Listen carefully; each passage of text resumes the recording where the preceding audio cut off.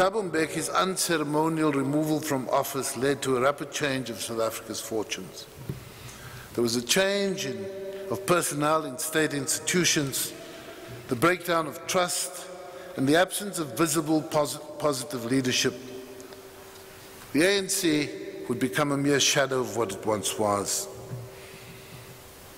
I make no apologies, Archbishop, for my view that the presidency of Jacob Zuma was a total disaster for South Africa.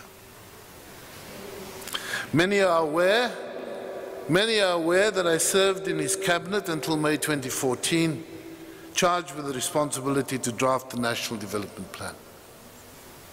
Granted, President Zuma did not interfere with the work of the Planning Commission, nor did he seek to amend any of its recommendations and go and look at what we were able to produce.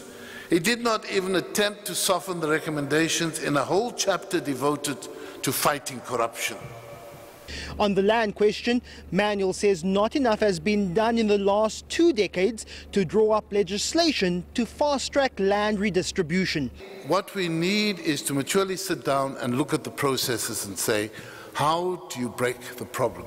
And I'll tell you one thing I know, that the biggest beneficiaries of land reform in South Africa have actually been white farmers who got their land under apartheid and have made many millions from land reform.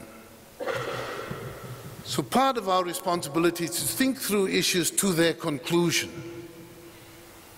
So if you take a community and they have the right to restitution, how will they live? Because there's nothing worse than being a farmer without a penny. You can't plant, you can't irrigate, you can't harvest.